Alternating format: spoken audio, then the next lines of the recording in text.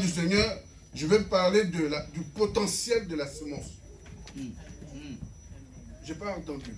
Amen. Ou bien vous ne voulez pas que je parle du potentiel de la semence? Amen. Le potentiel de la semence. Et je vais vous expliquer pourquoi c'est aussi important pour Dieu. Pourquoi c'est aussi important pour toi. Pourquoi c'est aussi important que le royaume soit révélé. Alléluia. Amen. Est-ce qu'on peut se tenir debout? Je voudrais qu'on prie pour préparer les cœurs à recevoir cette parole. Je voudrais que tu pries pour toi-même, pour ta propre vie. Je voudrais que tu puisses interroger Dieu. Qu'est-ce que je fais sur la terre? N'oublie pas que tu es seulement de passage. Nous sommes pèlerins sur la terre. À un moment donné, nous devons monter à Dieu. Que tu le veuilles, que tu ne le veuilles pas, il y a déjà un temps qui a été arrêté pour ton retour. Amen.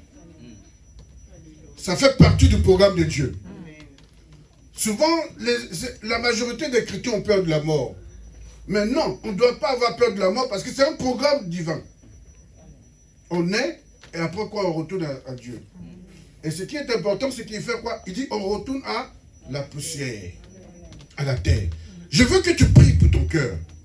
Prie pour ce que Dieu veut parler à ton âme. Prie pour que Dieu puisse se révéler à toi. Tant que le Seigneur ne se révèle pas à toi, tu ne sauras pas qu'est-ce que tu dois faire sur cette terre. Chacun de nous a une mission. Je ne peux pas négliger ta vie. Je ne peux pas minimiser ta vie. Certainement qu'au travers de toi, Dieu peut me parler. Chaque personne, alléluia, chaque personne a une importance. Si vous avez la possibilité de rentrer dans la vie d'une personne, ce n'est pas que vous qui donnez, lui aussi doit vous donner. Amen. Et c'est cette complémentarité qui honore Dieu. Si vous venez seulement pour recevoir de la part de Dieu, vous allez passer à côté des grandes choses. Ne demandez pas. Attendez que Dieu vous donne. Alléluia. Amen. Prie et je vais t'expliquer ça. Prie pour ton cœur.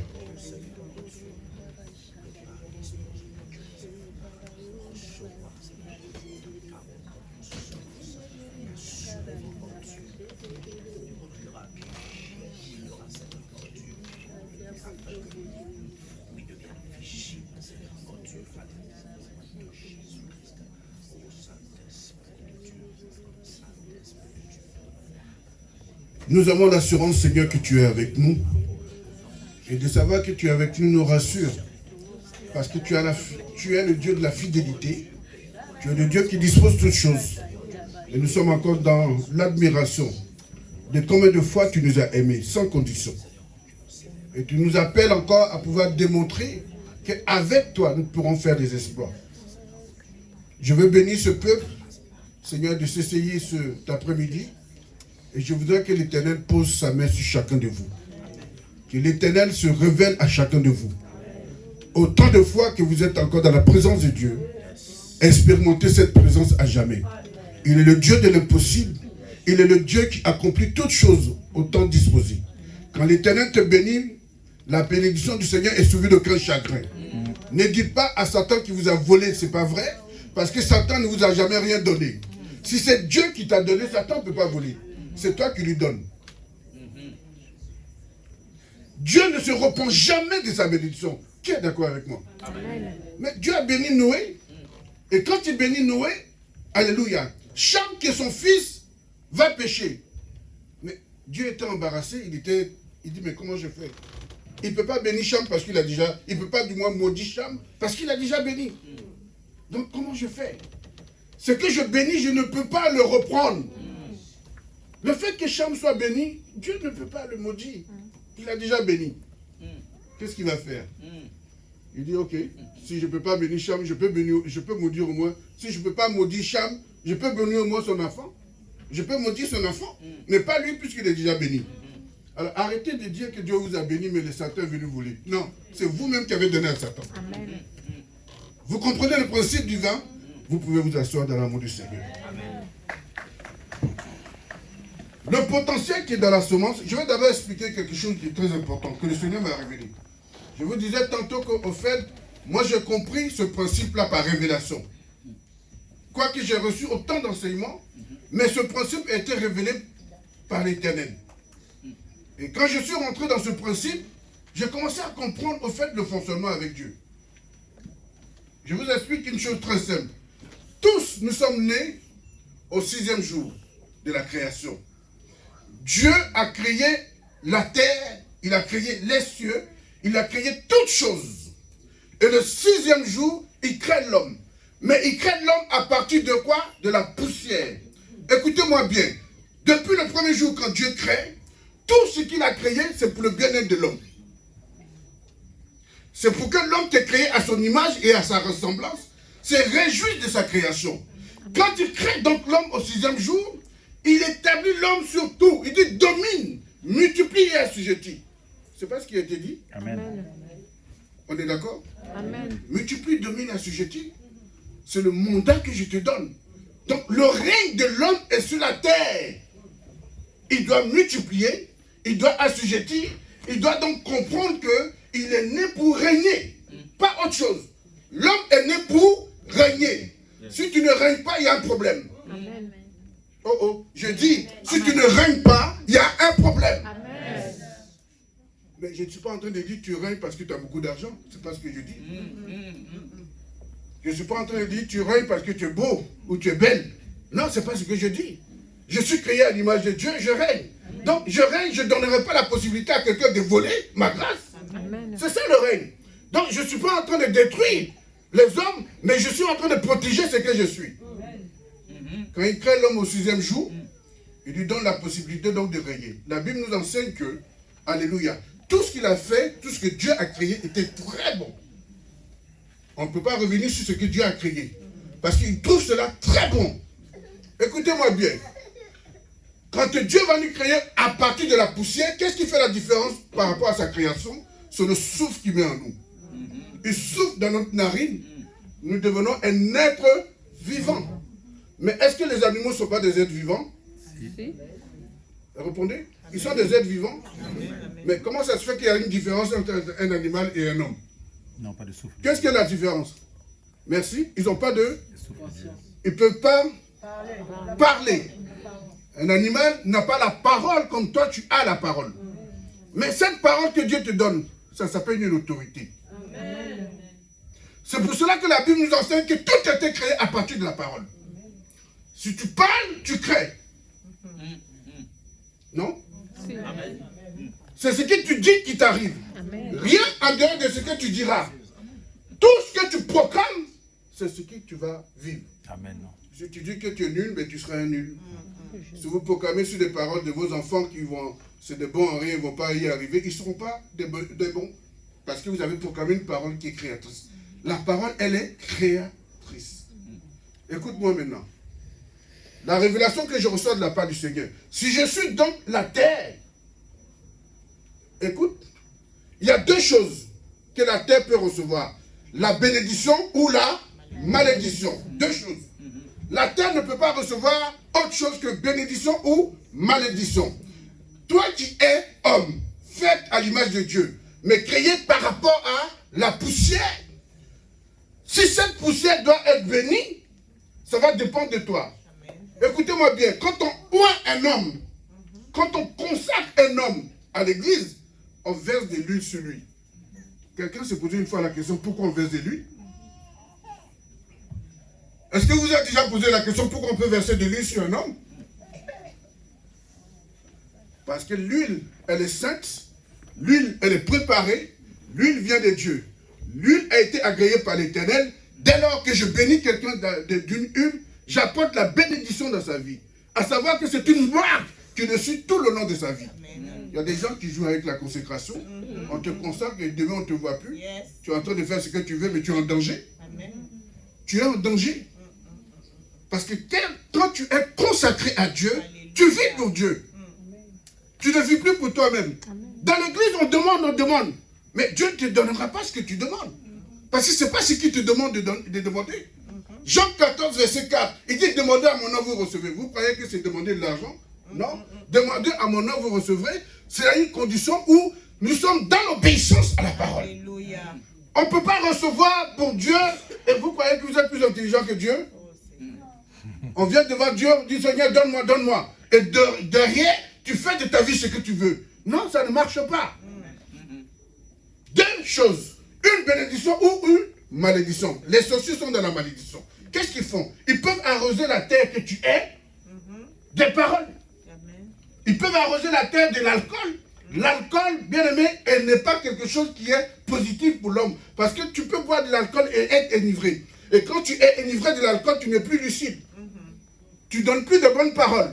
Alors que la bénédiction, c'est donner des bonnes paroles. Amen. Alléluia. Amen. Donc, l'alcool peut détruire. Le diable, il fait quoi? Il verse de l'eau, de l'alcool sur la terre et il parle à la terre. Il maudit donc la terre. Je suis en train de vous dire qu'au fait, c'est vous qui allez activer les bénédictions dans vos vies. Et personne en dehors de vous. Vous êtes en capacité d'activer des grâces dans vos vies. Amen. La terre doit être arrosée. Qui est d'accord avec moi? Amen. Donc dis Amen très fort. Amen. La terre doit être arrosée. Rosé. Non, on n'est pas ensemble. Est-ce que la terre doit être arrosée? Oui. Parce que si la terre n'est pas arrosée, on appelle ça sécheresse. Je ne connais aucune terre qui ne soit pas arrosée qui porte du fruit. Ça ne marche pas. La terre a besoin d'être arrosée. On parle de la pluie de l'arrière-saison, mais la pluie de l'arrière-saison, si elle ne vient pas, il y a la mort. Si Dieu n'arrose pas la terre, il y a la mort. Dieu nous arrose au travers donc de la parole. Mais si tu es de la poussière, toi-même, si tu crois devenir être de la poussière, et que tu n'arroses pas cette poussière que tu es, tu ne porteras pas de fruits. Amen. Amen. Comment voulez-vous porter de fruits si vous-même vous n'arrosez pas la terre que vous êtes? Parce qu'après quoi, quand on meurt, on retourne où? On retourne à la poussière. Notre identité, c'est la poussière. Si nous avons compris ce principe, nous comprenons que j'ai quelque chose à faire pour ma propre vie. Ma vie a de la valeur que si moi-même j'en prends soin. Il faut que tu sois le premier à considérer la vie que Dieu te donne. Amen. Amen. Amen. Si quelqu'un te dit que tu n'es pas bon et que toi-même tu considères que tu es bon, quel est le problème? Où est le problème? Vous attendez qu'on vous dise que vous êtes beau, que vous êtes belle, que vous êtes bon, que vous faites des choses extraordinaires? Non, moi j'attends pas à ce qu'on me dise, demandez à mon épouse. Je ne cours pas après ça. Parce que je n'ai pas envie, quand tu dis que je suis bon, je dis, oh, tu deviens mon ennemi. Je dis, parce que le jour où tu m'as dit que tu es bon, je l'ai enregistré. Mais il y a un moment donné, tu vas changer ta version. On a dit à Jésus-Christ, le Fils du Dieu haut. Ceux qui l'ont acclamé, c'est les mêmes qui ont dit crucifiez-le. La terre que je suis donne de l'importance à Dieu. Vous savez ce que Dieu fait? Dieu, quand il a tout créé, il ne fait plus rien. Il laisse maintenant à l'homme de gérer parce qu'il lui a donné l'autorité. Dieu ne fait plus rien. Vous attendez de la part de Dieu, mais il n'est plus là. Parce qu'il t'a donné le mandat. Il t'a tout donné. Il t'a donné l'opportunité de pouvoir célébrer son nom. Il t'a donné l'opportunité. C'est pour ça que j'aime bien l'ancien Seigneur tout à l'heure. Il était dans son élément. J'ai dit, waouh, c'est bon. C'est très bon. Hein? Je ne manquerai de rien. Alléluia. C'est dans une autre position. L'Éternel est mon berger, je ne manquerai de rien. C'est dans une autre position. Si je peux vous enseigner ça, je vais vous faire comprendre qu'au fait, si l'Éternel est mon berger, je ne manquerai de rien. Ça veut dire qu'il m'a donné donc tout ce que j'ai besoin. Donc pourquoi tu n'as pas ce que tu as besoin? Alléluia. C'est parce qu'on change les priorités dans nos vies. Les priorités qui sont dans nos vies ne sont pas celles de Dieu. Amen. Seigneur, donne-moi. Aujourd'hui, dans l'église est remplie de gens qui ont des besoins. Quand tu viens à l'église, à un moment donné, tu ne les vois pas. Hein? Mais quand tu les vois, un dimanche, 2 dimanches, 3 dimanches, c'est qu'il y a un besoin. Le 3e dimanche, ils vont vous approcher. Ah, papa, prie pour moi. Bon, tu sais que ça ne marche plus trop. Ça fait 3 mois, 6 mois que tu ne l'as pas vu. Donc, quand tu le revois comme ça, en pointillé, ça veut dire qu'il y a un problème dans sa vie. Mais le problème va exister parce que celui qui te connaît, tu t'éloignes de lui. Comment veux-tu que le problème n'existe pas? Il y en a qui attendent d'avoir de l'argent pour louer Dieu. Mais plus tu cours après l'argent, plus lui aussi court. Si l'argent est à 40 km/h et que toi tu es en 20 km/h, comment tu peux rattraper l'argent? Il faut du surnaturel. Alléluia. S'il n'y a pas de surnaturel dans ta vie, tu ne pourras pas courir à 40 km/h comme l'argent. Personne ne peut rattraper l'argent. Mais la seule chose qui peut rattraper l'argent, c'est le surnaturel. C'est la foi que Dieu te donne pour permettre qu'il y ait des stratégies. Oh. Amen. Alléluia. Tu ne peux pas rentrer dans des grâces si tu n'es pas dans le surnaturel. Mais qu'est-ce qui provoque le surnaturel dans notre vie? Qu'est-ce qui provoque le surnaturel? Si je suis la terre, je l'arrose. Pourquoi voulez-vous être riche si vous-même, vous n'entretenez pas votre richesse? Votre père biologique vous donne un champ. Le champ fait 1 hectare. On ne va pas aller plus loin. 1 hectare. Et le champ est là, mais vous ne faites rien sur le champ. Mais il sera toujours là. Qu'est-ce que ça va produire? Rien. Puisque je ne fais rien du champ. Mais je suis propriétaire du champ. Je suis assis chez moi à la maison et je dis, Seigneur, bénis-moi. Mais il va te bénir en quoi? Il t'a donné. Amen. Comment voulez-vous qu'il te bénisse? Comment Dieu peut te bénir alors qu'il t'a tout donné? Si on prépare quelqu'un à la pêche, si je t'apprends à pêcher, est-ce que tu vas encore venir chez moi? Non. Qu'est-ce que tu vas faire? Je vais pêcher seul. Tu vas pêcher seul. Tu n'as plus besoin de Dieu. Tu jetteras ton hameçon et tu récupéreras le poisson. Parce qu'il t'a donné les caractéristiques pour ça. Il t'a béni pour ça. Donc pourquoi tu veux encore réclamer à Dieu ce qu'il t'a déjà donné? Quand tu rentres dans l'église, tu ne peux seulement que de le louer. Seigneur, je te dis merci. Merci pour la vie déjà que tu renouvelles. Merci pour tout ce que tu m'as donné. Alléluia. Merci pour tout ce que tu m'as donné. Je vous ai dit que c'est par révélation, mais je viens. On va tout doucement. Parce que si vous n'avez pas reçu de révélation, vous allez toujours rester dans ce que vous êtes. À savoir, à toujours demander. Pourquoi vous demandez tout le temps à Dieu? Pourquoi vous demandez tout le temps à Dieu? C'est toujours les mêmes qui demandent. Seigneur, donne-moi, donne-moi, donne-moi, donne-moi. Mais pourquoi veux-tu que Dieu te donne ce qu'il t'a déjà donné? Genèse 1, verset 28. Dieu nous a bénis de toutes sortes de bénédictions. Non, c'est pas vrai? Amen. Dans l'église. Il nous a bénis. Donc pourquoi est-ce qu'on demande encore des bénédictions de ce que Dieu nous a donné? Le seul problème dans la vie d'un enfant de Dieu, c'est qu'il ne comprend pas le processus divin. Dans le processus divin, si je suis donc la terre, je dois arroser ma terre. Si ta terre n'est pas arrosée, tu n'auras pas de semences. C'est ça que j'ai dit, personne n'a mis, tu n'as rien mis en terre et tu viens au temps de la récolte. Tu es un voleur. Amen. Tu veux voler Dieu. Mais parce que si je suis un agriculteur, j'ai un temps où je sème. Et quand je sème, Dieu vient arroser. Parce que je suis dans le processus de ce que Dieu me demande de faire. C'est pour ça que quand il n'y a pas de pluie, c'est une malédiction. Si Élie peut arrêter la pluie pendant 3 ans, c'est qu'il y a un problème. Il y a un problème de doctrine. Il y a un problème d'adoration. Donc il n'y a plus de possibilité d'arroser la terre que nous sommes. Si nous sommes dans la malédiction, ça veut dire que nous sommes dans le péché. Nous adorons le péché mignon comme on le dit. Il est tellement mignon qu'on le dorlote. Et quand tu viens à l'église, Seigneur, donne-moi. Laisse d'abord ton péché. Comment veux-tu rentrer dans les grâces de Dieu? Si tu adores quelqu'un d'autre, alors que Dieu ne partage pas sa gloire, c'est ça le problème. Si tu adores déjà quelqu'un, parce que ça peut être l'argent. Il y a des gens qui sont amoureux de l'argent. Moi, je n'aime pas les gens qui aiment l'argent. Dans ma famille, j'avais un cousin comme ça.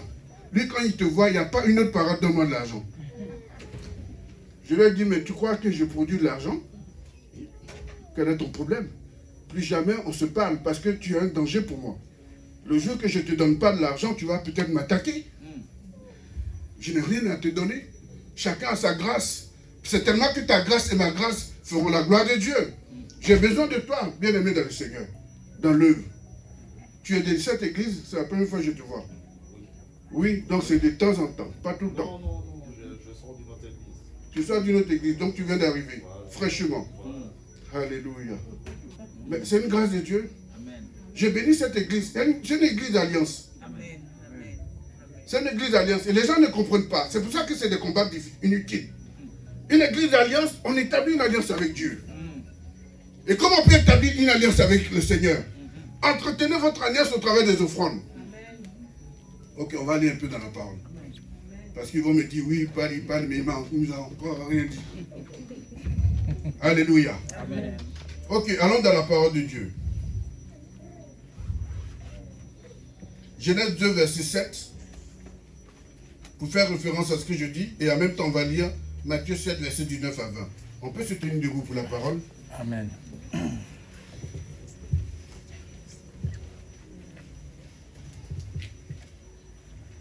Genèse 2, verset 7. L'Éternel Dieu forma l'homme de la poussière de la terre. C'est bien précisé. Il souffla dans ses narines un souffle de vie. Et l'homme devint donc un être vivant. Allons dans le Matthieu 7, verset du 9 à 20. Alléluia. Je vous laisse trouver. Ou alors marquez-le. De telle sorte que vous n'allez pas venir me dire que je parlais par mon intelligence. Mais ça sera sur la référence biblique. Ça vient de la Bible. Matthieu 7, verset du 9 à 20. Toute arbre qui ne porte pas de bons fruits est coupée et jetée au feu. C'est donc à leurs fruits qu'on les reconnaîtra. Dites Amen. Amen. Ok, je vais juste sur ce Matthieu. Alléluia. Il parle d'un arbre, tout arbre, qui ne porte pas de fruits. Mais qui est considéré comme un arbre? Qui est considéré comme un arbre? Nous sommes considérés comme un arbre. Hein, maman? On est considéré comme un arbre. Si on ne porte pas de fruits, on sera fait quoi? On sera coupé et... Mais comment je peux arriver à porter de bons fruits? Déjà, comment j'arrive à être un arbre? Comment on arrive à être un arbre? Je vais vous choquer, tout le monde ne peut pas être un arbre. Mais si tu veux, tu peux être un arbre. Comment on arrive à être un arbre? Il faut qu'on mette quelque chose en terre. Hein? Qui est d'accord? Amen. Si vous mettez rien en terre, en quoi vous devenez un arbre? Si tu mets un noyau de mangue, ça va devenir un manguier. Tu es d'accord? Si c'est un citron, ça va devenir un citronnier. Mais si tu mets rien, tu t'attends quoi? À la mangue. Tu t'assois et t'attends le moment de la mangue. Alléluia. En Afrique, c'est vers décembre. En tous les cas, vers la Côte d'Ivoire, l'Ouest. Je pense aussi au Congo. Oui. Vers le mois de décembre, on a des manguiers qui sortent. Ça commence à sortir. Alléluia. Et on se réjouit de ces mangues-là. Ça veut dire que certainement quelqu'un a planté. Mais toi, tu n'as rien planté. Pourquoi tu manges ces mangues-là? Tu manges quelque chose que tu n'as pas planté. Au fait, la vraie joie que nous avons, c'est de planter et de bénéficier de la récolte. C'est une joie, je l'ai expérimenté tout jeune. Dans la cour commune où on était, on a planté certaines choses. Je ne sais pas, vous avez certainement aussi expérimenté ça. En sciences naturelles, on parlait de sciences naturelles dans le temps. Maintenant, ils ont tellement changé les choses. SVT, SVP, SVP, je ne sais plus de quoi il s'agit. Mais avant, on parlait de sciences naturelles. Et dans ces sciences naturelles, alléluia, chacun de nous expérimentait ce que c'est que planter.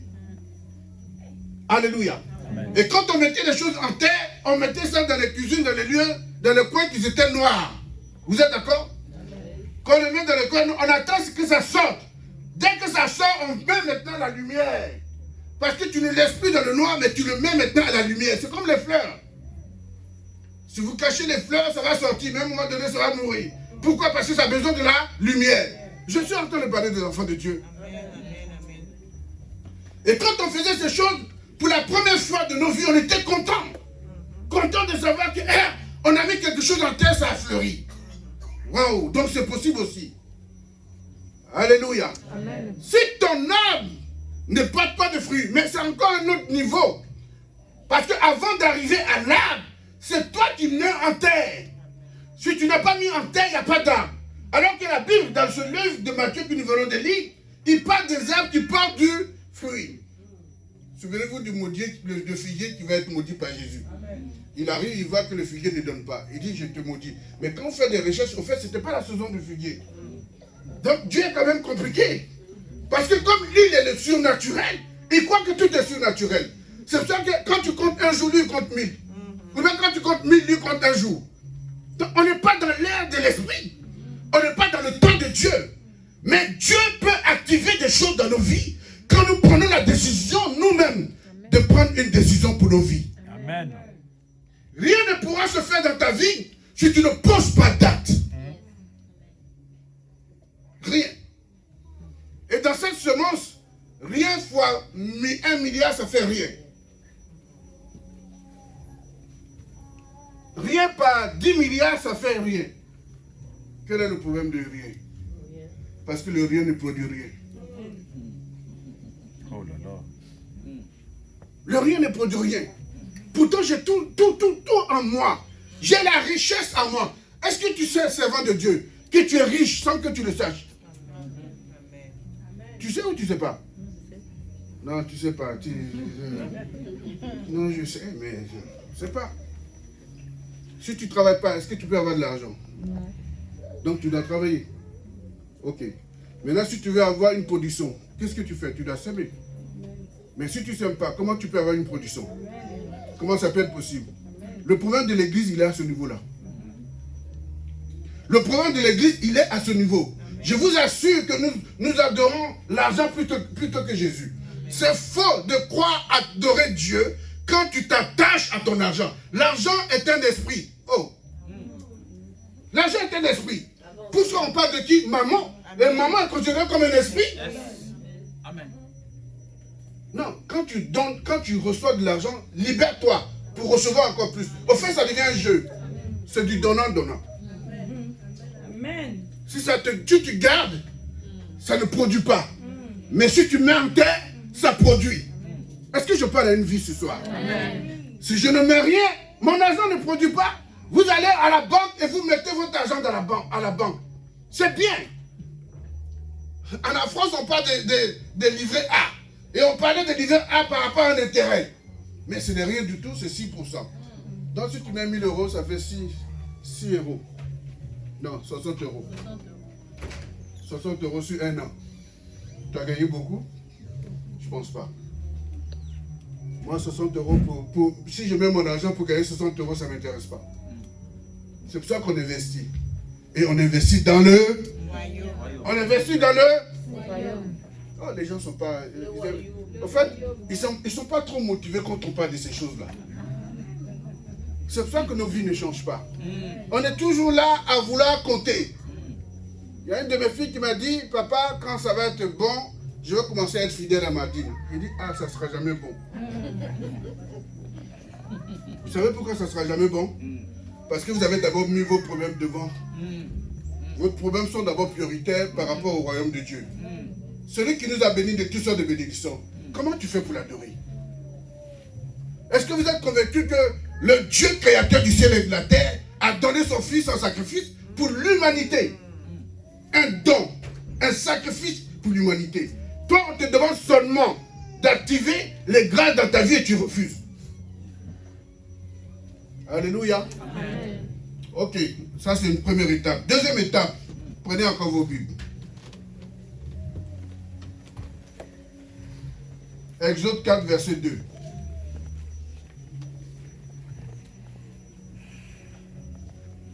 Exode 4, verset 2. Ok, je préfère que ce soit quelqu'un d'autre qui lise, parce qu'ils vont croire que je maquille la parole. Est-ce que quelqu'un dans la salle peut se tenir debout et lire? Exode 4, verset 2. On a pris tout à l'heure un Nouveau Testament, on prend aussi l'Ancien Testament. Parce qu'on est très intelligent quand on parle de la dîme, on dit non, c'est l'Ancien Testament. Ben, ta bénédiction aussi va rester dans l'Ancien Testament. Ça veut dire qu'en fait, la loi sera à mesure de te condamner. Là où vous voulez maintenant que la grâce vous justifie, vous parlez du Nouveau Testament. Alléluia. Exode 4, verset 2. Quelqu'un peut me dire? Je lis la parole au nom de Jésus. Lis la parole, ma fille. L'Éternel lui dit, qu'a-t-il dans ta main? Pas le fort, pas le plus fort. L'Éternel lui dit, oui. Qu'y a-t-il dans ta main? Il parle de Moïse. Il pose une question à Moïse. Qu'est-ce qu'il y a dans ta main? Qu'y a-t-il dans ta main? Il répondit, oui. Une verge. Oui, il répondit une verge. Alléluia. Alléluia. Amen. Mais s'il n'a pas de verge, est-ce qu'il peut recevoir le bâton de miracle? S'il n'a rien dans sa main, est-ce que quelque chose peut se passer? Non. Pourquoi est-ce que Dieu nous pose la question, est-ce qu'il y a quelque chose dans ta main? En fait, en réalité, c'est Dieu qui lui a donné. Moïse, c'est de lui qu'il s'agit. Moïse est comme moi. Moïse est très timide et calme. Moïse ne sait pas parler. Et Dieu lui dira, je mettrai des paroles dans ta bouche. Et Moïse dit, malgré que tu mettrais des paroles dans ma bouche, j'ai besoin de Aaron. Aaron, il parle bien. Aaron, il est très éloquent. Quand tu lui donnes le micro, mais waouh, il fait le spectacle. Alléluia. Quand tu attends Aaron, mais mon Dieu, tu te lèves de ton endroit où tu es et tu commences à bondir tellement qu'Aaron parle bien. Il y a des bons parleurs. Il y a des gens qui parlent bien. Et tellement qu'ils parlent bien que tu es séduit. Mais est-ce qu'on a besoin de bonnes paroles? Non. On a besoin d'esprit et de Dieu. Parce que le choix de Dieu, c'était Moïse, pas Aaron. Et qu'est-ce qui va se passer? Moïse est timide. Moïse n'a pas la capacité de comprendre comment est-ce que Dieu veut faire. Et Dieu lui pose une question. Mais est-ce que tu as quelque chose dans ta main? Je vous disais tout à l'heure que 0 par milliard, ça fait 0. Donc au moins, il a quelque chose dans sa main. Donc, s'il a quelque chose dans sa main, Dieu est capable de multiplier. Oh, je suis en train de dire à quelqu'un, s'il n'y a rien dans ta vie, alors Dieu ne peut rien faire avec toi. Mais comme il a déjà mis des choses en toi, il y a une possibilité que Dieu se manifeste dans ta vie. Dieu va commencer d'abord par ta foi. Je ne suis pas en train de parler de l'argent. Je parle de quelque chose que Dieu a mis en toi. Et que c'est cette chose-là qui est capable d'activer. Un enfant de Dieu qui reçoit, qui n'a pas de foi, c'est quel enfant de Dieu? Est-ce que vous savez que nous sommes du royaume parce que nous sommes choisis de Dieu? Sinon, tu ne serais pas en ce lieu. Vous savez pourquoi? Parce que Dieu a établi des ministères pour perfectionner les saints que nous sommes. Ça veut dire qu'il a regroupé des gens dans un lieu qu'on appelle église. C'était la promesse qui était sur Pierre. Sur toi, je bâtirai ma maison. Donc, il y a des églises, à savoir des croyants qui se réunissent et qui attendent la grâce, qui attendent la bénédiction, qui attendent quelque chose de la part de Dieu. Mais depuis le choix de Dieu, il nous a donné quelque chose qu'on appelle la foi. Sinon, tu ne serais pas là. Nous avons tous la foi. Et c'est sur la base de la foi qu'il va commencer à multiplier. Je ne multiplie pas si je n'ai pas la foi. C'est la foi qui sauve, c'est la foi qui guérit, c'est la foi qui ouvre des portes. Mais quand on commence à rentrer dans l'intellect, je vois que mon loyer n'est pas payé. Je vois que. Je vois tellement de choses qu'en fait, en finalité, je croyais avoir la foi, mais je n'ai pas la foi. Tu es d'accord avec moi? Parce que si j'ai la foi, je ne suis pas en train de définir mes problèmes, mais je suis en train d'adorer Dieu. Alléluia. Amen. Alors il demande à Moïse, est-ce que tu as quelque chose dans la main? Moïse dit oui, mais Moïse ne savait pas pourquoi la question était posée. Oui, j'ai quelque chose dans la main. Il dit, prends cette chose, ça s'appelle un bâton, et lance le bâton. Et tu vas commencer à comprendre que je t'amène dans le surnaturel. Je ne suis pas en train de t'amener sur la terre des hommes, mais je t'amène là où il y a une possibilité pour toi de me célébrer, de m'adorer et de me louer. Vous ne pouvez pas adorer avec vos biens, mais vous pouvez adorer avec ce que vous êtes. Vous ne pouvez pas prêter votre foi à quelqu'un. Vous ne pouvez pas prendre la foi de quelqu'un. Mais la foi devient individuelle et la foi est capable de faire des choses dans ma vie. Est-ce que vous savez que la foi est un don? Mais Dieu donne la foi à celui qui active sa bénédiction. C'est un don. Et Dieu te donne par rapport à ton comportement. On vient à l'église, on est très intelligent. Quand on commence à prier, mais tu te dis, mais waouh, ces gens-là, ils sont loin. Hein? Ils sont remplis. Mais toutes les prières, tendez les oreilles. Seigneur, donne-moi un mari. Oh mon Dieu, Seigneur, donne-moi un travail. Oh Seigneur, donne-moi les enfants. Oh mon Dieu, protège ma maison. Oh, Dieu dit, mais ces gens-là, c'est des comédiens. C'est quoi ce peuple-là? C'était le cas de Anne. Anne priait. Seigneur, si tu me donnes un enfant, oh, je vais dire que tu es le Dieu. Dieu dit, je n'ai pas besoin de ça, je suis Dieu. Seigneur, si tu me donnes un enfant, je vais démontrer à ma rivale que moi aussi je peux enfanter. Dieu dit, tu vas démontrer quoi à ta rivale? Si ta rivale ne me connaît pas, ça c'est son problème. Seigneur, donne-moi pour que mon mari continue. On dit que son mari l'aimait déjà. Donc pourquoi tu pleures encore? C'est pour ça que son mari lui dit, mais moi je te suffis ou je ne te suffis pas? Le fait que je t'aime là, ça ne suffit pas. Est-ce que je te demandais enfant? Aujourd'hui, si tu ne fais pas enfant, ton mari va te jeter dehors. Hein? Comme si la finalité c'était enfant. Ce n'est pas la finalité. C'est surtout chez les Africains, parce que les Européens, au moins, ils essaient de gérer ça. Mais chez nous, là, ce sont la belle famille même qui va venir te chasser. Depuis là, tu as marié notre fille, notre frère, notre enfant, ça va faire bientôt 1 an. 1 an, là, ça suffit déjà pour vous. Donc si tu ne peux pas lui faire enfant, il faut sortir de la maison. Et eux-mêmes, ils vont venir te chasser. Mais ils ne savent pas que le fils, là, il avait besoin de toi qui était la grâce de Dieu. Et quand quelqu'un d'autre rentre dans sa vie, il y a tous les problèmes. Mais c'est ça qu'ils veulent. C'est de la sorcellerie. Parce que tu ne décides plus de la vie de quelqu'un d'autre. Mais Dieu l'a établi seul, il partira seul. Vous avez votre mari, c'est très bien. Vous avez vos femmes, c'est très bien. Mais à quel niveau? Si ton mari meurt, tu rentres aussi dans la tombe avec lui? Pourquoi vous dites non? Pourquoi on dit non? Si ta femme meurt, tu rentres dans la tombe avec elle? Je suis sûr même qu'au cimetière, il y a déjà une femme qui est déjà positionnée. Oui, c'est une réalité. Donc ça veut dire que le salut est individuel. Chacun vient chercher sa grâce. Mais quand Anne a commencé à élever la voix, vous savez la révélation, elle allait dans la maison du Seigneur. Et elle s'est assise. Quand elle s'est assise, elle a commencé à parler en langue. Parce qu'elle voulait maintenant le Saint-Esprit. Elle voulait maintenant être conduite par le Saint-Esprit. Même le serviteur qui est rentré dans la salle dit, même dans l'église, même les gens viennent ivres. Elle dit non, hein. J'ai changé parce que le serviteur ne la connaît pas comme ça. Le serviteur la connaît des saints qui se plaignent tout le temps, des saints qui sont toujours en train de demander à Dieu, des saints qui n'est pas capable d'adorer Dieu. Je suis né pour adorer, bien aimé. Adore le roi de rois. Adore-le. Quel est le problème qui te mine? Quel est ton problème?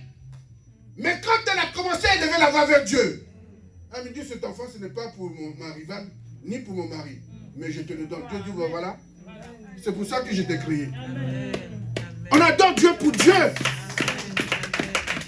C'est pour ça que je t'ai créé. Changez de votre façon de prier. Arrêtez de demander à Dieu. Venez adorer le roi de rois.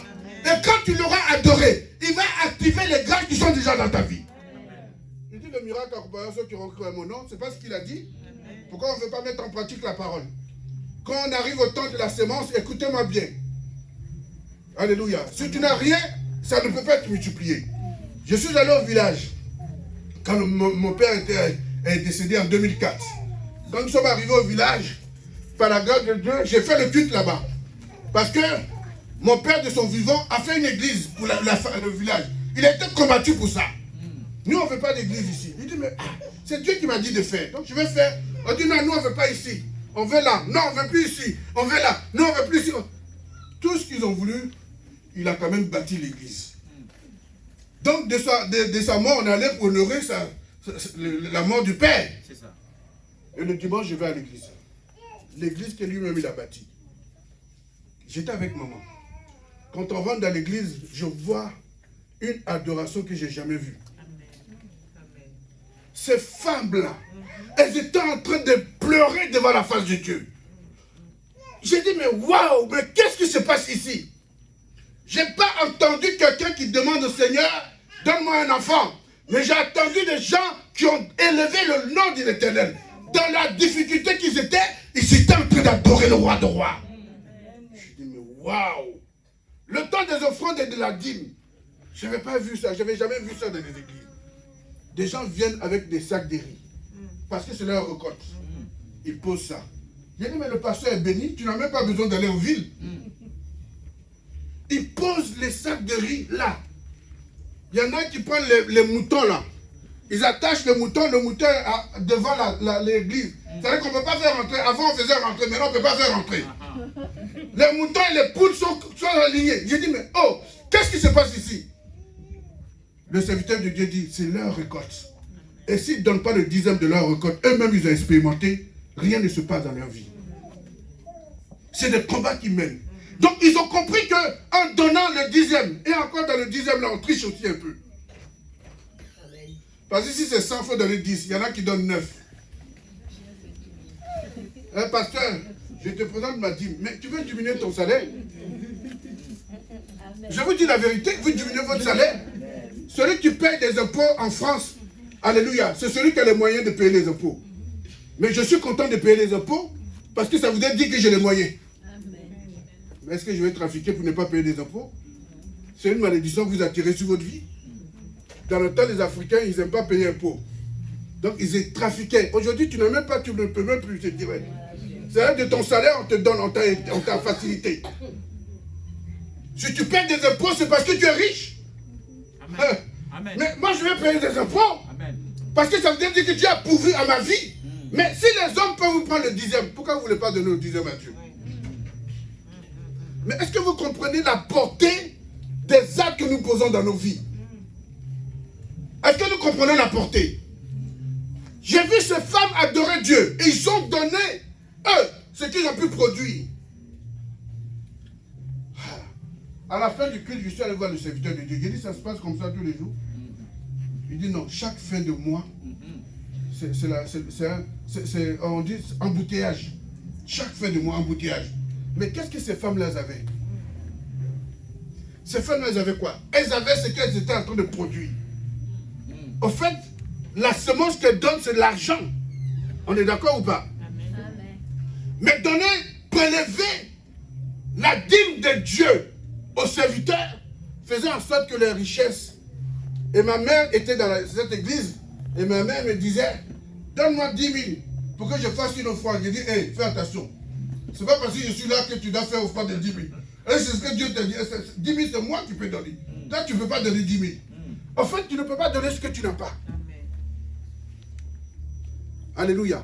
Si je prends mon argent et que je donne à ma mère pour faire une offrande, c'est que je la bénis d'abord. Ce n'est pas pour son offrande. Je la bénis avec les 10 000. Et elle est contente. Elle prend ses 10 000, elle fait une action de grâce. Mais je ne lui donne pas pour faire offrande. Je ne sais pas si vous me comprenez. Amen. Amen. Tu viens à l'église, et puis il y a beaucoup de personnes comme ça. Ils ont l'argent, ils vont voir la diaconie, fais-moi de la monnaie. Sur 20 euros, donne-moi 2 billets de 10 euros. Alléluia. Ça veut dire qu'au fait, à un moment donné, tu n'as même pas préparé ton culte. Tu viens parce qu'il faut donner une offrande. Ton offrande, là, c'est 0. Ça ne t'apportera rien. Parce que tu n'es pas venu avec un cœur disposé. Tu n'es pas venu avec un cœur disposé. Je viens parce que Dieu m'a béni et je suis content de donner à Dieu. En Côte d'Ivoire, c'était une église anglophone. J'étais avec maman, alléluia. Le prophète Stéphane, il nous a invités à une grande église, mais waouh, c'était... Et il faisait, il disait, bon, ok, maintenant c'est le temps des offrandes et de la dîme. J'ai jamais vu ça. Je n'ai jamais vu ça. Quand il dit le temps des offrandes et de la dîme, les gens se sont levés. Wow! Wow! Il dit, mais qu'est-ce que c'est? Qu'est-ce qui se passe? Parce que c'est le temps de la grâce. C'est le temps de la bénédiction. Si vous n'êtes pas en train de rentrer dans ce processus, vous n'êtes pas en train d'arroser votre terre. Et si vous n'arrosez pas votre terre, ne vous attendez pas à ce qu'il y ait une récolte pour vos vies. Mais quand ce temps est arrivé, ils ont mis d'abord quelqu'un qui pouvait danser. Non, ces anglophones, ils sont extraordinaires. Et quand il s'est mis devant, mais il a sorti toutes les phrases que je ne peux pas vous sortir. Mais tellement que les gens étaient dans la joie, parce que c'était pour amener les gens à pouvoir célébrer Dieu pour ce temps. C'est le temps de la semence. Bien aimé, si tu passes au temps de la semence, ne t'attends pas au temps de la récolte. Amen. Mais pourquoi est-ce que Dieu aime autant l'argent? Allons dans la Bible. Parce que c'est lui-même qui crée l'argent. C'est à toi l'argent. À quel moment toi tu as fabriqué l'argent? À quel moment on fabrique l'argent? Les hommes sont en train de nous perdre. Ils prennent notre argent et puis ils croient que c'est pour eux. Allons dans la parole. Genèse 4, verset 2 à 4.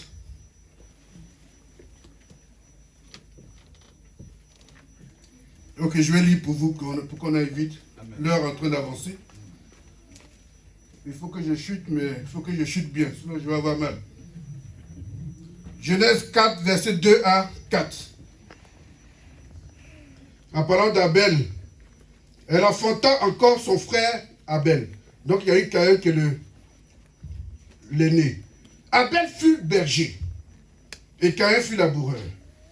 Au bout de quelque temps, Caïn fit à l'Éternel une offrande des fruits des fruits de la terre. C'est ce que j'étais en train de vous dire. Et Abel, de son côté, en fit une de ses premiers-nés, de son troupeau et de leur graisse. Graisse, ça veut dire que c'était de bons troupeaux. L'Éternel porta, écoute-moi bien, l'Éternel porta un regard quoi? Favorable. Il porta quoi? Un regard favorable. Écoutez, deux façons de porter son regard favorable. Il porte un regard favorable sur Abel d'abord, parce qu'il a vu le cœur d'Abel.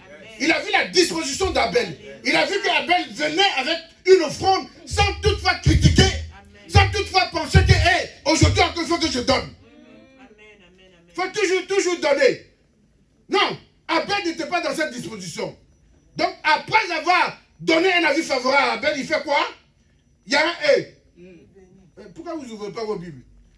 Le bien, c'est que j'ai dit, vous êtes d'accord avec moi. Amen. D'accord, ok. Si vous êtes d'accord avec moi, n'ouvrez pas vos Bibles. Mais n'allez pas dire que la pote allait raconter des histoires. Un regard favorable sur Abel. Hey! Mais comment Dieu peut gagner une... Il peut avoir un regard sur offrande. Et ça ne te fait rien.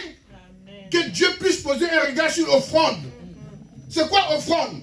Je vous donne la définition de l'offrande. La définition de l'offrande, c'est quoi? Je vous disais que nous étions terre. Et que nous devons arroser la terre. En fait, en réalité, parce que tu as travaillé, c'est ce qui a été dit dans le Genèse 3, l'homme travaillait à la sueur de son front. Donc, à un moment donné, tu es récompensé par rapport au travail. Le fait que tu sois récompensé par rapport au travail, il faut maintenant reconnaître ce que Dieu a fait. Ça veut dire que c'est une grâce, ce n'est pas tout le monde qui travaille. Nous, on pleure pour un travail, Dieu nous donne le travail, on ne peut même pas l'honorer. Mais si tu as donné, il faut honorer. C'est comme la vie de tous les jours. Quand les gens vous font du bien, reconnaissez qu'ils vous ont fait du bien. Amen.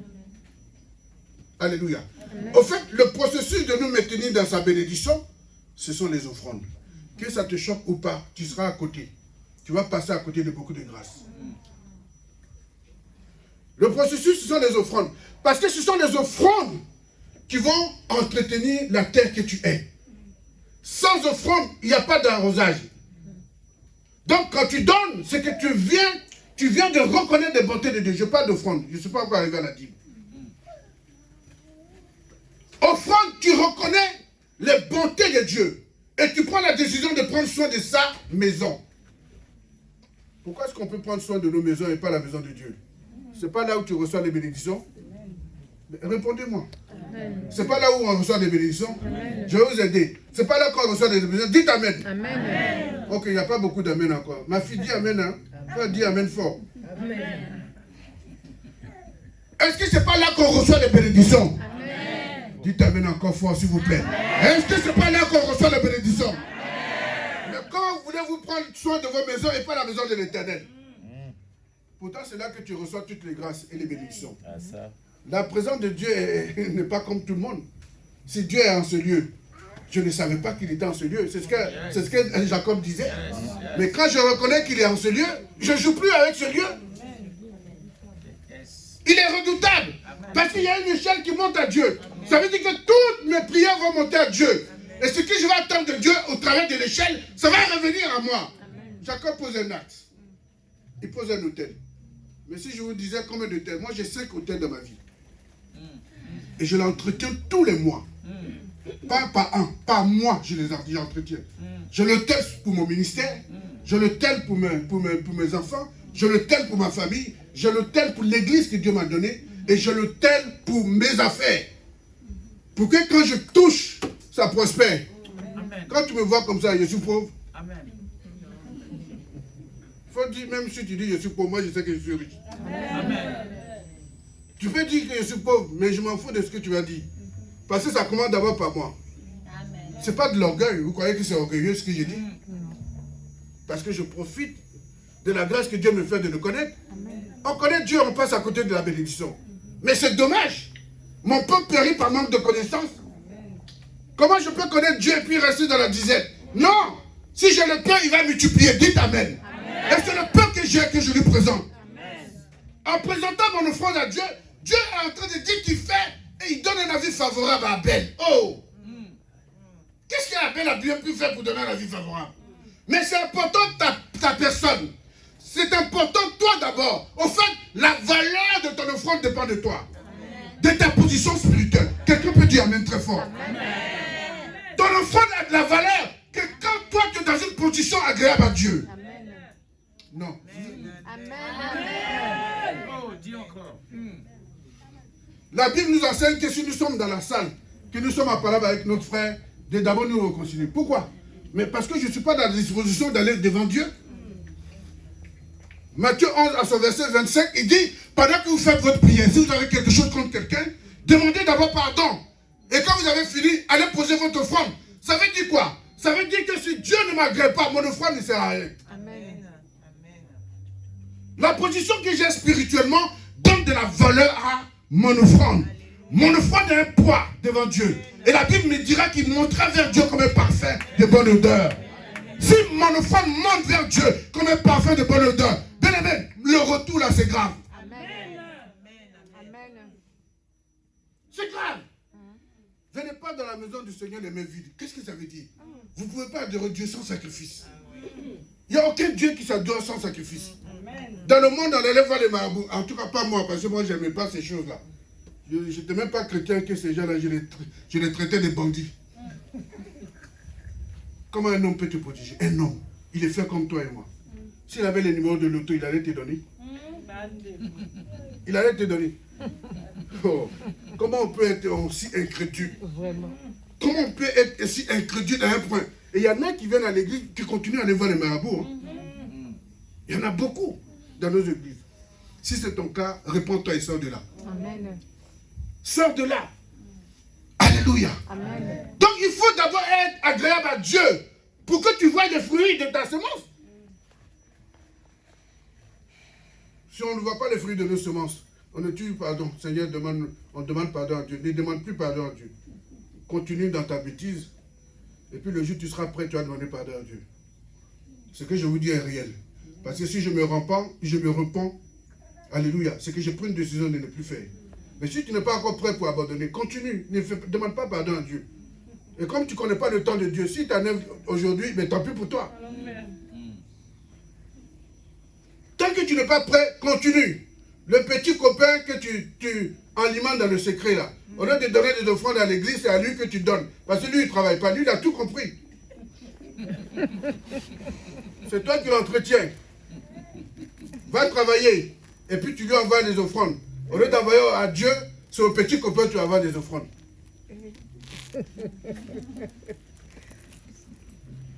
Maman, c'est une réalité. Hein. Dis aux chrétiens aujourd'hui, levez-vous pour une offrande. Ils ont les visages serrés. Donc, en fait, ils sont en train de combattre l'église. Je vais y arriver tout à l'heure pour chuter. Combien de temps j'ai encore? Dites-moi. Comme ça, je gère ma chute. Je ne vais pas tomber du 5e étage. Ok. Alléluia. Amen. Il y a un problème. Quand je viens donner à Dieu, je disais ce matin à l'église, ma poche droite, ce sont les offrandes. Ma poche gauche, c'est quand je suis béni par une parole, je sème. Celui qui est dans mon cœur là, ici là, la poche qui est ici là, c'est sacrifice. Alléluia. Amen. Quand je suis béni par la parole, je dis, je touche d'abord mon cœur. J'enlève, je ne regarde pas. Parce que ce qui est ici, c'est plus gros que ce qui est ici. Amen. C'est une vérité, hein, ce que je vous dis. Quand j'enlève comme ça, c'est que, la parole est en train de me travailler. Je suis submergé. Donc je comprends qu'au travers de ce que je viens d'entendre, là, je dois poser un acte. Amen. J'enlève et puis je mets dedans. Mais plus je mets, plus je reçois. En fait, si on est intelligent, essayez. Ce que je vous dis d'essayer. Je vais revenir ici le mois prochain. Deux mois, je vais vous donner 2 mois. Amen. Je reviens dans 2 mois. Essayons. Maintenant, quelqu'un a essayé. Dans une bonne position. Hein? Tu n'es pas dans le péché, puis tu as essayé. On est d'accord. Hein? Non, on va s'engager. On est en train de être suivi. On va essayer. Essayons. 2 mois. Je vous donne 2 mois. Mets Dieu à l'épreuve. Au travers de ton offrande, au travers de ta dîme. Et au bout de 2 mois, on va revenir, on va s'asseoir pour parler. Si Dieu ne t'a pas béni, moi je vais te bénir. Amen. Amen. Vous ne croyez pas à ce que je dis? Amen. Si on n'essaie pas, on ne peut jamais savoir. Je ne suis pas en train de vous dire de temps en temps. Voici mes filles, elles sont en train de rigoler. Parce que c'est réel ce que je dis. Dieu m'a fait grâce à un point où je peux comprendre qu'il fallait qu'il me révèle ça, sinon ce n'était pas possible. J'étais très incrédule, têtu, très intellectuel. quand le pasteur parle de dîme, j'ai envie de me lever pour lui dire, mais c'est quoi ton problème de dîme? Et le Seigneur me dit, attends-toi, tu vas voir. Si je ne me présente pas à toi, tu risques d'être maudit avant même le jour de l'enlèvement. Et il s'est révélé. Et quand il s'est révélé dans ma maison, la première fois qu'il se révèle, il dit, régularise ta dîme. Je dis, mais qui parle? Je croyais que c'était maman. J'ai dit à maman, j'ai dit, mais quand tu pries, il faut prier doucement. Moi, j'ai envie de dormir, laisse-moi dormir. Tu n'es pas obligé de crier. Elle dit, mais je n'ai rien dit. J'ai dit, si, c'est toi. Dieu dit, ok, tu es tellement têtu, je vais créer une situation. Je vais amener maman en vacances, les enfants en vacances, tu es seul dans la maison. Tu vas dire, tu vas voir maintenant qui tu vas accuser. Je dors, mais la voix est tellement dure, tellement forte. Régularise ta situation spirituelle, j'ai besoin de toi. Régularise au travers de la dîme. Vous savez ce que je reçois de la part de Dieu?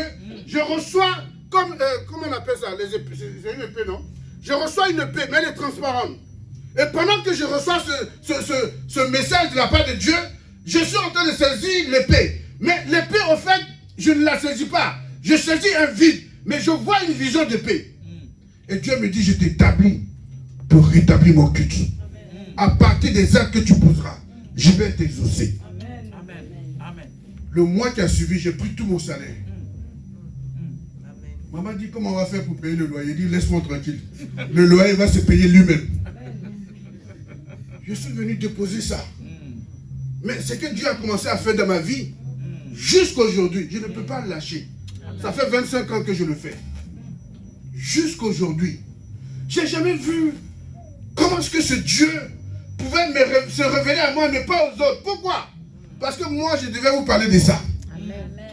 Si tu n'as pas témoigné, tu ne peux pas être, tu ne peux pas parler aux autres de ce que Dieu a fait dans ta vie. C'est parce que Dieu a fait que je dis. S'il n'a pas fait, comment je peux vous expliquer ça? Quand j'ai donné tout mon salaire, le loyer n'était pas payé. On a reçu un message de, comment on appelle ça, du propriétaire. Mais j'ai jamais aussi eu la paix. Parce que moi, ne pas payer mon loyer, mais c'est un déshonneur de la part de mon Dieu. C'est pas possible. Non. C'est la première des choses. C'est vrai que tu ne travailles pas. Ok, c'est différent. Mais si tu travailles que tu ne peux pas payer, c'est pas normal. Alléluia. Amen. Vous savez ce qui s'est passé dans ma vie? C'était le temps de renvoyer les gens dans l'église. Dans le travail. Non seulement je n'ai pas été renvoyé, mon apôtre, mais j'ai été élevé par l'Éternel des armées. Alléluia. Oh Seigneur. Ah. Restitution dans l'église. Pourquoi je parle d'église? Je suis passé dans l'église. Dans le travail où je suis. Alléluia. Il fallait qu'on puisse diminuer parce que ça devenait compliqué. Mais dans les critères, je faisais partie des premiers. Donc c'est moi qui suis même à la tête. Le directeur m'appelle.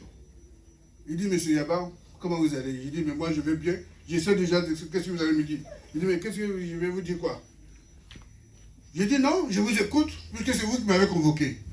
Il dit, à partir d'aujourd'hui, tu deviens responsable du bureau d'études. Je dis, pardon? J'ai dit, pardon? Alléluia. Responsable de quoi? Vous êtes en train de me blaguer. Donnez-moi un papier que je signe. Tant que je n'ai pas signé le papier, ce n'est pas vrai ce que vous me dites. Il dit, non seulement que vous êtes responsable du bureau d'études, mais je vous donne une secrétaire. Changez de bureau. Dès que vous sortez de mon bureau, changez. Vous voyez le bureau à droite, c'est maintenant votre bureau à vous. J'ai dit, comment ça peut être mon bureau? Il y avait un Sénégalais là-bas aussi, lui il a été renvoyé. Donc celui maintenant qui veut me voir, quel est le nom de ton marabout? J'ai dit, quel marabout? Moi je n'ai pas de marabout. J'ai un Dieu. Il est le suprême.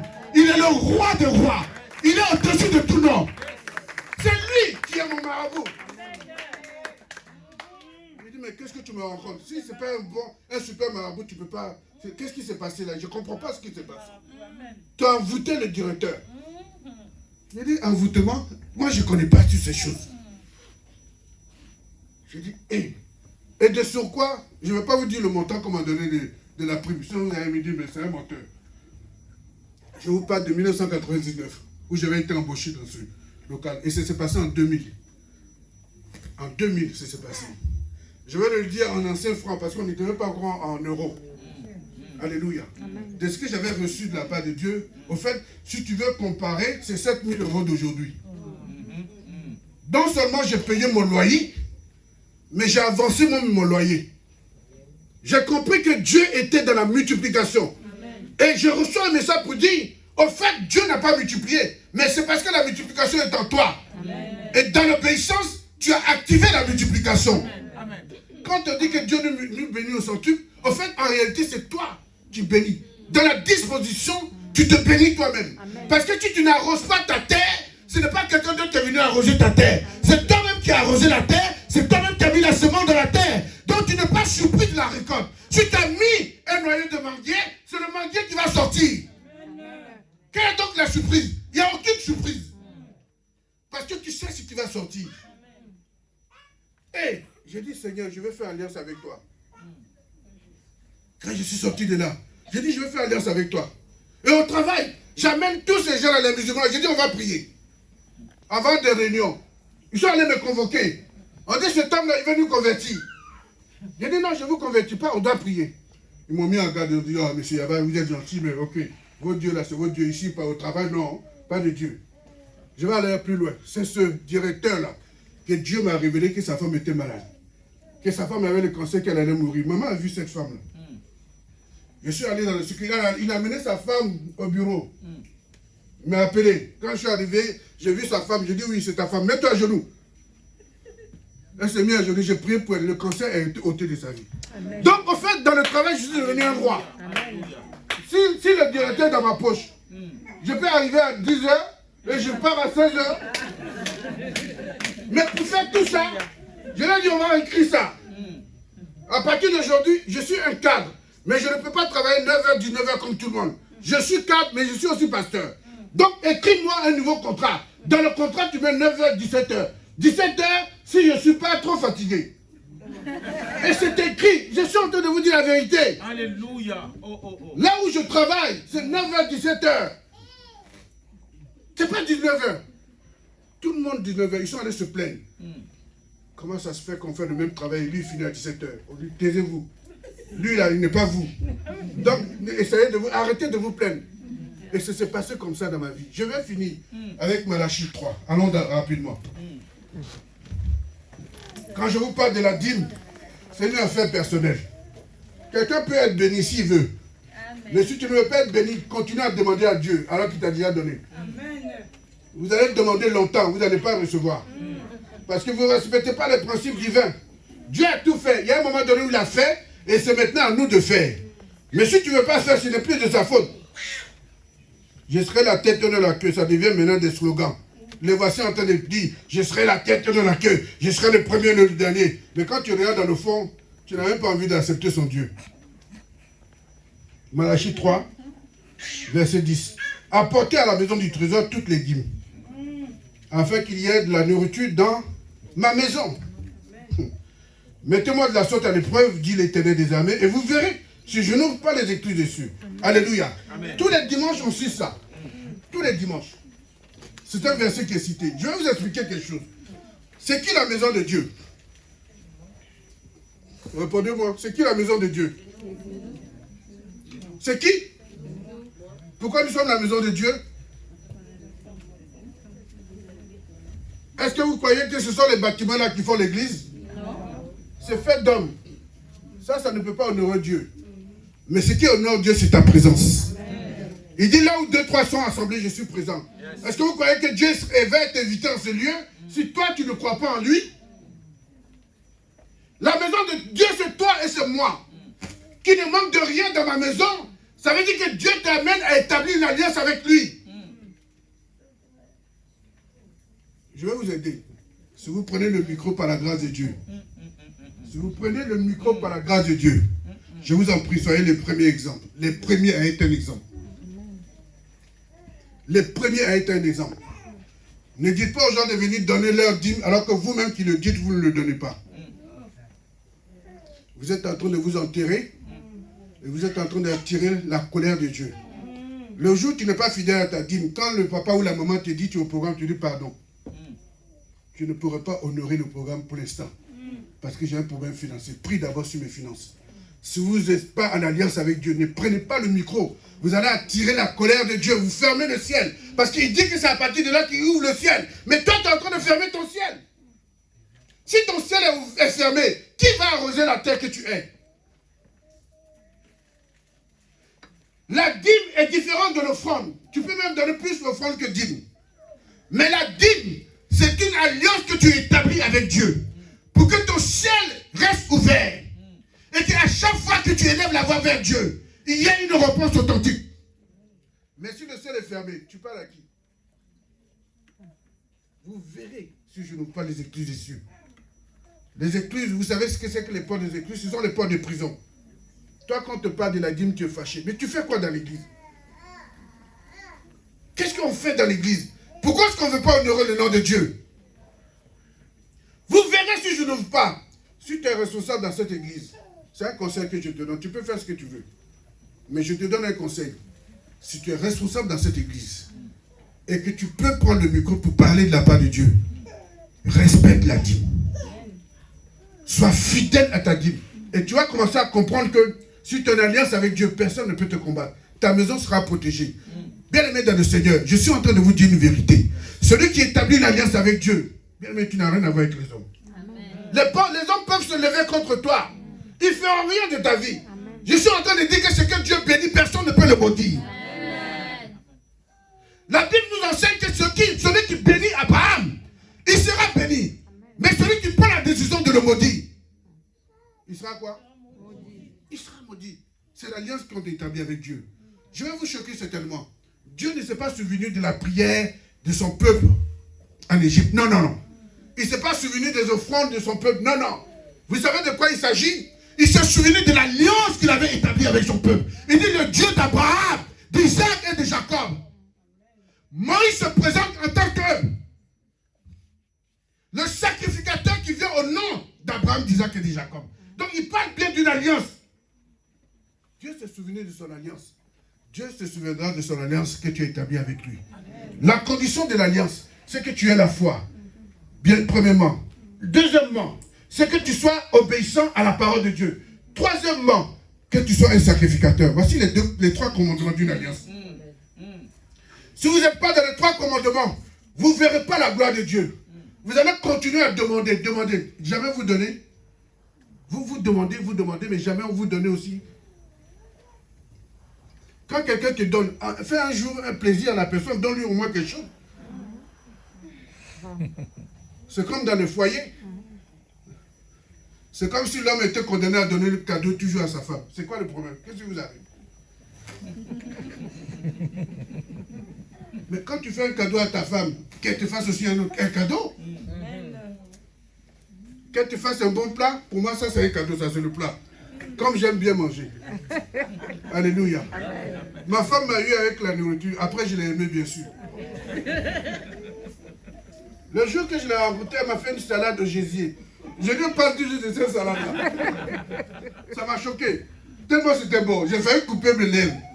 Tellement c'était bon. Mais quand j'ai goûté les salades, j'ai dit, mais oh, quelle est cette femme-là? Tu sais faire manger? Elle dit, mais ça c'est rien. Samedi prochain, viens encore. Elle savait que j'avais encore. Mais quand je suis revenu samedi, non, j'ai mangé plus que... J'étais là, je rotais seul, tellement que j'ai mangé. J'ai dit, c'est cette femme-là que je vais épouser. Amen. Parce que j'ai goûté les nourritures là, non, c'est pas ça. Elle là, sa nourriture est trop bonne. Alléluia. Amen. Et Dieu m'a amené à pouvoir l'aimer. Aujourd'hui, par la grâce de Dieu, amen, on va fêter notre 27 ans de mariage. Amen. Alléluia. 27 ans de mariage. Et quand je me vois, je dis, mais le Seigneur a travaillé dans ma vie. Hein. Dieu m'a aimé. Une belle femme comme ça, oh yes, remplie de grâce et de bonté. Alléluia. Alléluia.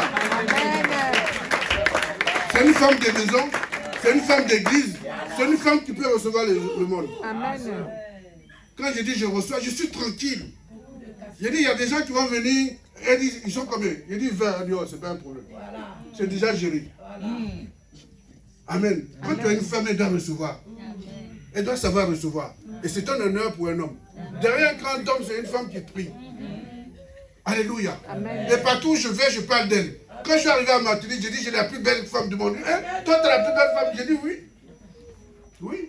Quand j'arrive au Burkina, on dit, est-ce que la plus belle femme du monde va bien? J'ai dit oui. Mais je n'ai pas encore parlé. Pourquoi vous parlez à ma place? Mettez Dieu à l'épreuve. Amen. Régularisez vos vies. J'ai un problème avec le protocole. Ils ont oublié de me donner ma serviette. Donc je vais m'arranger avec eux. Merci ma fille de prendre la place d'Isabelle. Ça, c'est au Martinique, papa. Ah, c'est à Martinique des protocoles. Oui. D'accord, ok. Bon, je te laisse alors, c'est pas grave. Alléluia. Amen. Et Dieu nous a fait grâce d'établir une église dans la Martinique, d'établir 3 églises au Burkina, Yes. d'établir aujourd'hui une église dans la Côte d'Ivoire, d'établir une église dans la Normandie. Aujourd'hui, par la grâce de Dieu, nous sommes en train de servir Dieu. Yes. J'aime le Seigneur. Mettez en pratique les commandements de Dieu. Respectez les principes de Dieu. Et vous allez voir combien de fois ce Dieu est merveilleux. C'est dommage de passer à côté des choses excellentes. À partir d'aujourd'hui, change ta prière. Si tu ne peux pas apporter une offrande, ne demande rien à Dieu. C'est mieux pour toi. Parce qu'on attire la colère de Dieu en force de lui demander alors qu'on ne fait rien. Seigneur, donne-moi, donne-moi. Si vous voyez la main de Dieu, il y a longtemps qu'il est en train de vous gifler. Ça gifle chacun de nous. Vous dites, mais vous êtes plus intelligent que Dieu. Alléluia. Amen. Considère la dîme. Ça va entretenir ta maison. Mais encore mieux, établis une alliance avec le Seigneur. Au travers de ta dîme. Au travers de ta dîme. Personne ne peut rompre l'alliance que nous établissons avec Dieu. La seule personne, c'est toi. Personne. Vous avez peur des sorciers parce que vous n'êtes pas bien assis. Et c'est normal. Quand on n'est pas bien assis, on a peur des gens qui sont sous nos pieds. Des gens incapables, des incirconcis. Et nous, on a peur des sorciers. Ah, lui, c'est un sorcier. Ah, moi, je ne veux plus au village. Tu crois que c'est un problème de distance? Ce n'est pas un problème de distance. Même si tu es en France, lui, il est au Congo là-bas. Il te voit. Il y a une télévision chez lui à la maison où il voit tes faits et gestes. Mais s'il peut te voir, c'est que tu n'es pas caché dans le sang de Jésus. Donc, va te cacher dans le sang de Jésus. Maintenant que tu appartiens à Dieu, pose des actes que Dieu aime. Bien-aimé, retiens ça. Continue à arroser la terre que tu es. Ne donne jamais la possibilité à quelqu'un de venir ôter ce que tu as semé. C'est à toi d'en bénéficier. Que mon Dieu vous bénisse.